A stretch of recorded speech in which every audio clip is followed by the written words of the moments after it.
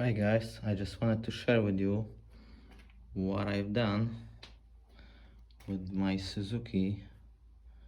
So what I did, I just took the dashboard and all the heating system out so I can clean the inside properly.